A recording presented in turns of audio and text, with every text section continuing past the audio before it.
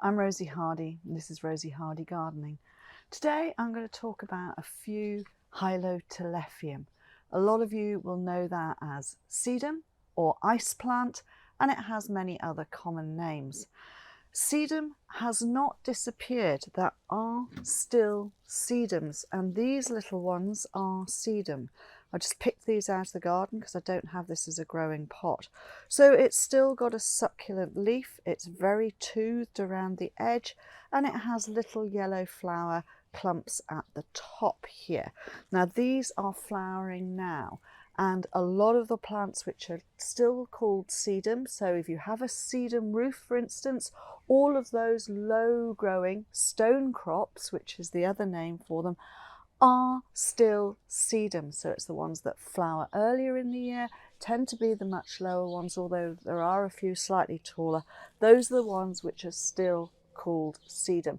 You'll probably find most of those are sold by alpine growers. So we go on to the ones which are the Hylotelephium, and they come in a range of different colours, different sizes, and it's not just colour of the flower, it's colour of the leaf. Some of them can be quite tall, some are slightly shorter. Let's start with the slightly shorter ones. This is quite an old variety, and this, as you can see, is quite a sprawler. This is Bertram Anderson.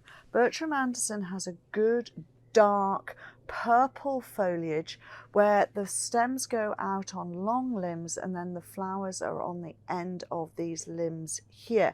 Now you could cut it back a little bit, but you do lose the beauty of it because this is one that is meant to sprawl. It's very good in very rocky, dry, hot, sunny conditions, so it's a really good drought tolerant plant. It is an older, as I say, an older variety. It will spread. You can see nice little young plants coming up here. If you wanted to, and before it gets to this length, which probably about end of April, beginning of May, you could give it a haircut back, make it a little bit more compact.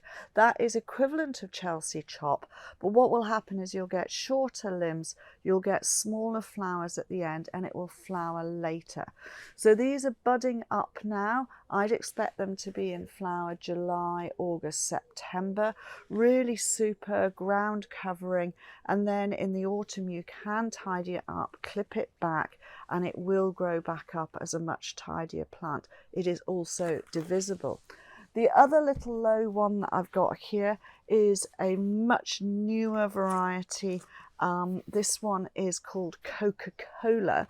This starts off with these lovely grey foliage, so it's a much greyer foliage, much more compact, really tight clumps, and then puts on these amazing sprays of flower here. These are going to be pink in colour. I forgot to say, the Bertram Anderson is going to be more of a red pink. This is a paler pink colour on the top of this, and as the plant grows, so it gets this purple toning to it as well. I think it looks really pretty because you've got this purple tonation, you've got the lovely grey as well, and then it comes up and it's going to have these beautiful pink flowers, making a good cushion. And again, free draining soil, that horrible builder's rubble soil that I keep on going on about. Basically the builders give you a little bit of topsoil over the top of the rubbish that they've left there, and these things will grow in that. So they like stony ground, they like free draining ground, and they like full sun, and very easy to grow. Once they flower in the late summer, they keep on going, and they are brilliant as pollinator attractants. So that's a couple of the slightly smaller ones. Then we go on to an array of what I would call purple or red-leafed varieties. Now they all have a slightly similar appearance when you see them growing in containers like this. But even here, when you start looking into them, you can see there are differences. So for instance, this particular one here is Red Cauli. Now Red Cauli is one of the early ones that was bred with a good dark leaf. It's very toothed all the way around, very succulent leaves, strong stems, but this one has a habit of falling outwards, always does, and it has really dark red flowers on the end. So it's a good variety, but it's quite tall and quite leggy. It is one of the ones which can collapse and always has that problem. You can try and keep it upright with a cane like this, or you can try Chelsea chop. Just remember the heads are smaller on the sedums with Chelsea chop, but it does make the plants far better quality shape-wise in the garden. Then we move on to another one which has also got small foliage here, quite rounded, very good purple colour, red stems. This is Picolette. So Picolette is in the middle of the breeding. Red Cauli your start, then they went on, and then you got these ones called Picolette, and you got Xenox and all of those. This is a much better, stronger variety. You do not need to Chelsea chop this. It's been bred to be more compact, so around about a foot, maybe 14 inches in height. The flower buds are just being formed now. These are going to be a buffy pink yellow colour on the top of here. Lovely red stem, as I say, good compact plant. And again, all of these are happy in full sun, free draining soil. Then we have this one here where the foliage is a lot larger. So it's a much more rounded, bigger foliage on this one.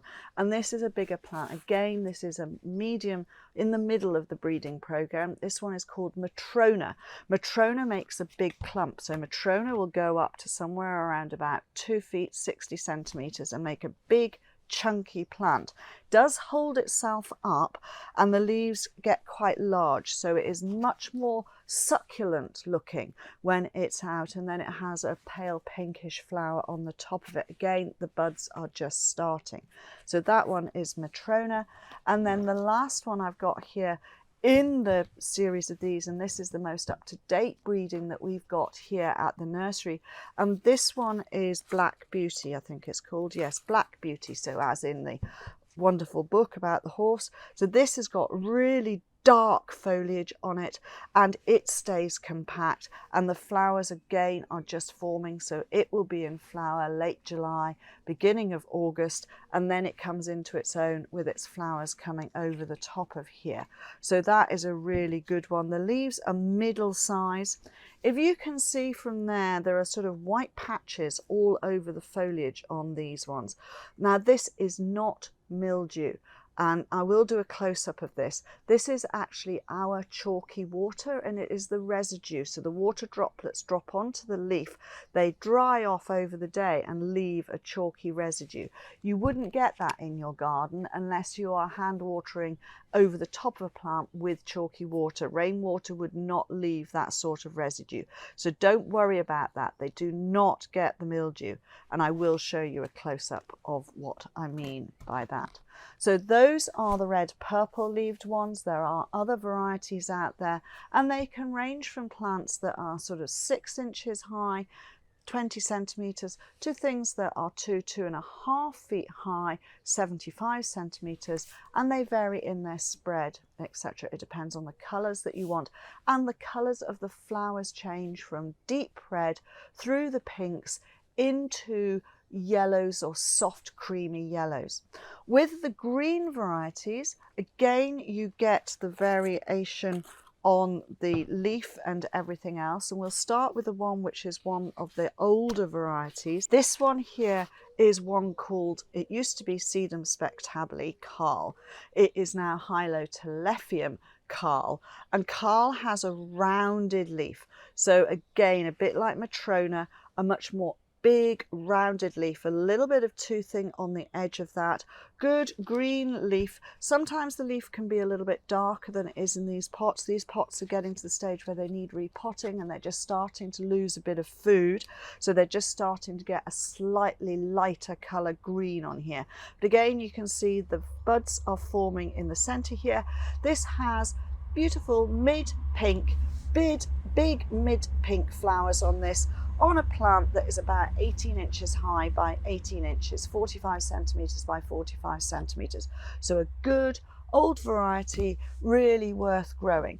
Another older variety, which a lot of you probably know about, and this one is Herbstfreude, used to be known as Autumn Joy. So this one is much taller. It's an older named form, so it will go up to 2 feet, 60 centimeters, and make large plants. Again, big rounded leaves, big flower heads, really quite large, you know, big plates like this in a deep pink on the top of this green foliage. And then the last of the green ones I've got is the most up to date of breeding within that's just coming out, and this one is called Sunkissed.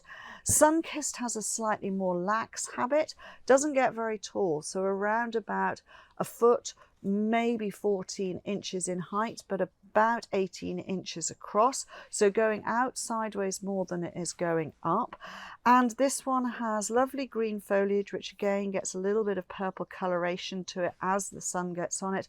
And then when the flower heads come out, they're a sort of buffy yellow cream, I suppose is the best way to describe it. And they will be flowering a lot later. They're definitely an August, September flowering. And again, all of these are brilliant for introducing all of the bees and any of the pollinators in to see them, because they are full of nectar, full of actual pollen as well. So something that the insects that really want to go to the plants will feed off. Really great plants. Now, I haven't said anything about propagating. All of them can be divided if you want to. All of them you can take leaf cuttings from, which is a different technique, and that is a really great way of playing with the plants and taking different types of cuttings. So they are great for hot, sunny places, really poor soils. They will grow in containers. They are excellent late season flowering, pollinator friendly plants, and these are now your Hylotelephiums. Thank you very much for watching, and please do subscribe to the channel.